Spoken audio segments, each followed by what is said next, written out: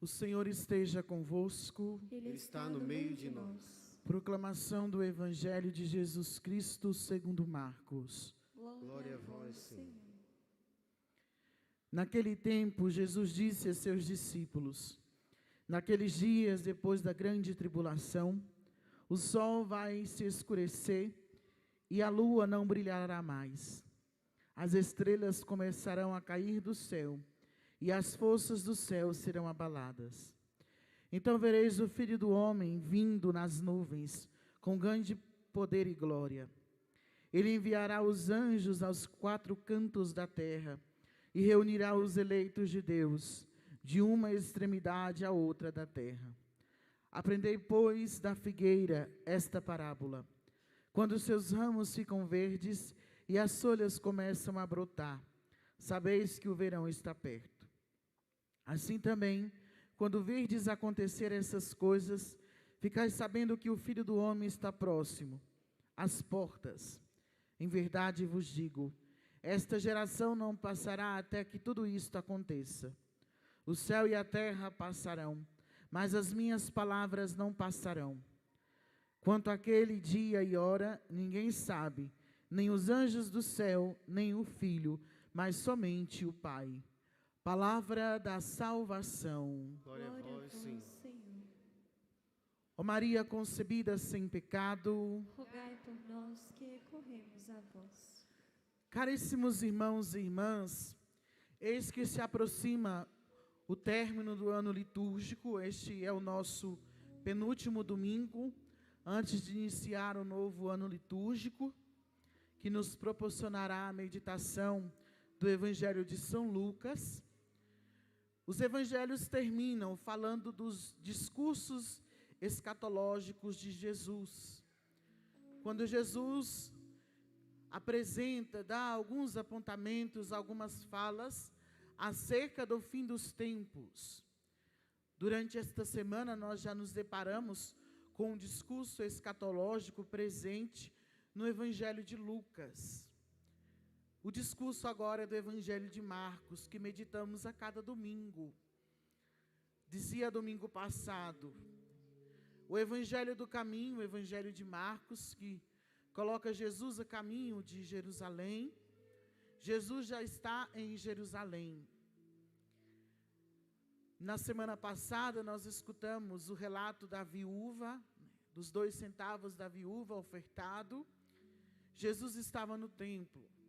Passou o dia discutindo com os fariseus. E agora retorna para Betânia. No caminho para Betânia, ele para com os seus discípulos no Monte das Oliveiras, que é onde está situado geograficamente o relato do Evangelho de hoje. O discurso escatológico de Jesus no Evangelho de Marcos também pode ser chamado de discurso olivetano, porque Jesus o faz no Monte das Oliveiras. Ele para com os seus discípulos e está a observar Jerusalém do alto. E vê a magnitude que é o templo de Jerusalém. E Jesus fala, e esses versículos não estão aqui, são anteriores, que não ficará pedra sobre pedra.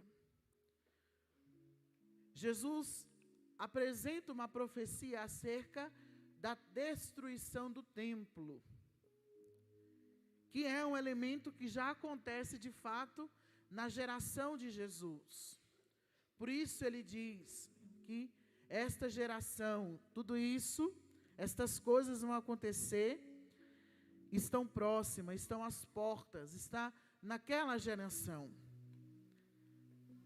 O templo, como nós sabemos historicamente, foi destruído no ano 70 depois de Cristo. Houve a destruição do templo. Mas o templo é, para a mentalidade judaica, o microcosmos. O mesmo que dizer acerca da realidade do mundo. Então, são 2 profecias que Jesus faz questão de distinguir. A destruição do templo está às portas. Não ficará pedra sobre pedra. De fato, não ficou. O templo foi destruído. E esse templo, ao mesmo tempo, é sinal do mundo, do cosmos.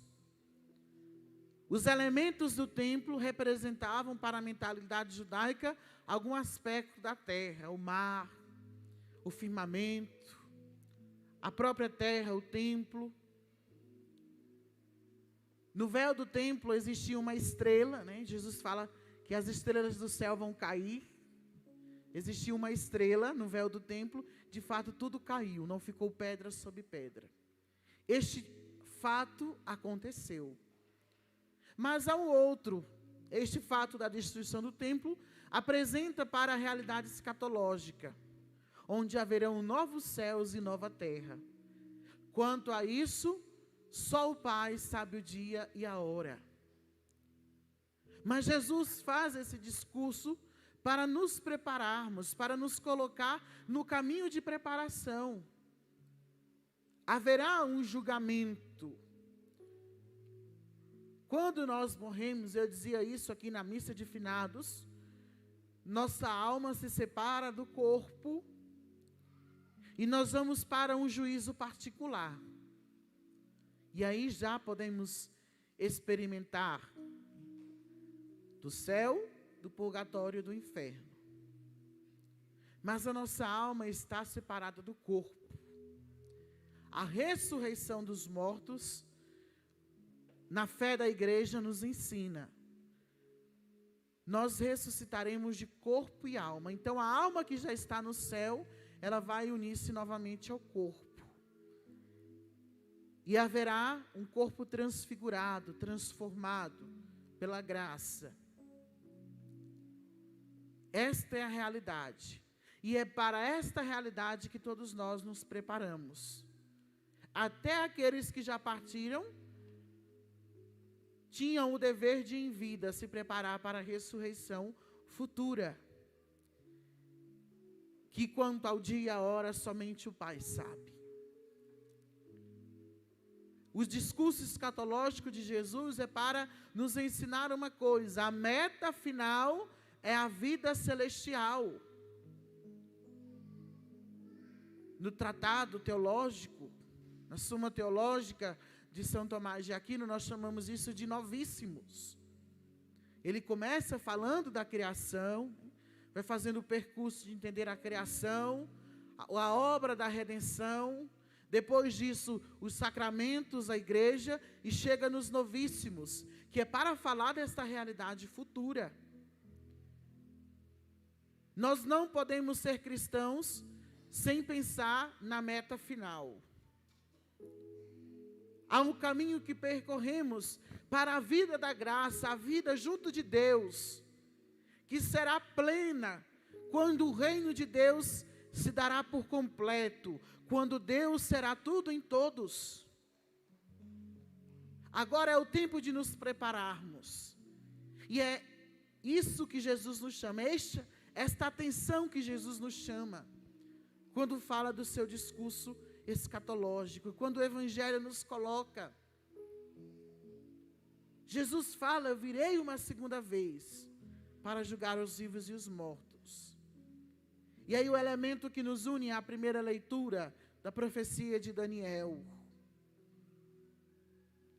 é também uma literatura apocalíptica, como é o texto do Evangelho de hoje, como é o próprio Apocalipse de São João. Mas ele fala uma coisa já clara: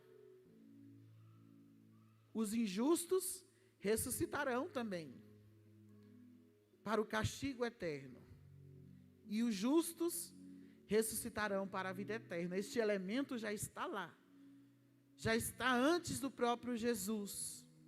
Essa compreensão da ressurreição, Deus dá a revelar através da profecia de Daniel.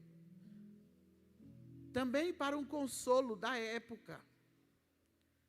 Mais uma vez, Israel estava sendo subjugado por outros povos. A história de Israel é sempre essa, né? Alguém está dominando aquele povo. Agora, após a derrubada do Império Persa, quem toma o governo de Israel, né, aquela região, é Alexandre, que quer difundir a cultura helênica. Isso é um elemento histórico. Quando Alexandre morre, 2 dos seus generais disputam as terras que ele conquistou, que se dividiu da dinastia Ptolomaica e Seleucida.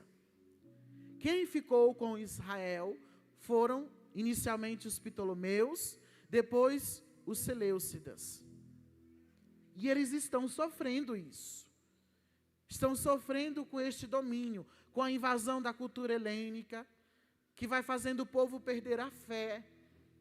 E aí Deus suscita os profetas e suscita a figura de Daniel, justamente para dizer àquele povo: no futuro, por agora sofremos, por agora vivemos uma grande tribulação, que é um elemento também presente no Evangelho de hoje. Mas aqueles que permanecerem fiéis ressuscitarão para a vida nova, para a salvação. Esta ideia da grande tribulação antes da obra da redenção também é um elemento presente no pensamento judaico. Já tive a oportunidade, inclusive, de dizer isso aqui na solenidade de Todos os Santos, quando escutamos falar da visão de João, daqueles que passaram pela grande tribulação. Jesus, em certo sentido, passou pela grande tribulação, a cruz, a paixão e morte na cruz, para que fôssemos salvos. Mas haverá uma grande tribulação, que precisamos permanecer firmes. Essa grande tribulação pode ser o pecado que temos que lutar, as heresias que vão surgindo, as ideologias que vão tirando a fé, e aí o nosso papel é permanecer firmes.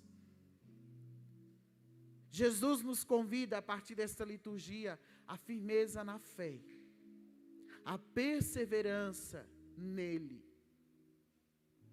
Um elemento até que nos une a pergunta final do Evangelho de ontem, de Lucas: será que quando o Filho do Homem vier ainda encontrará fé sobre a terra? Meus irmãos, sejamos fiéis.